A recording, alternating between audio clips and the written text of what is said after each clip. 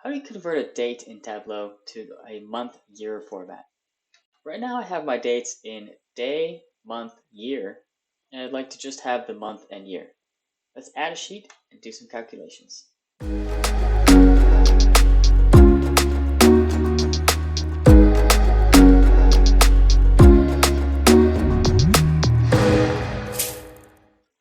In order to convert this date format to a month-year format, I'm going to create a calculated field.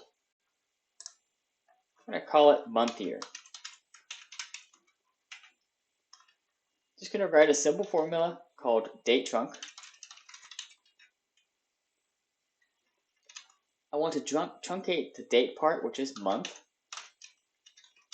of date.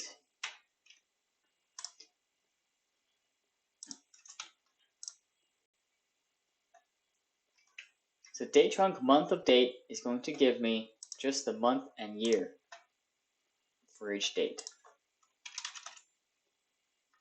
Let's drag that into the view.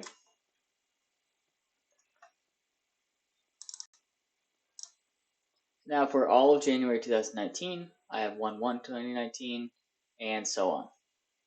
There's one other way I can do this.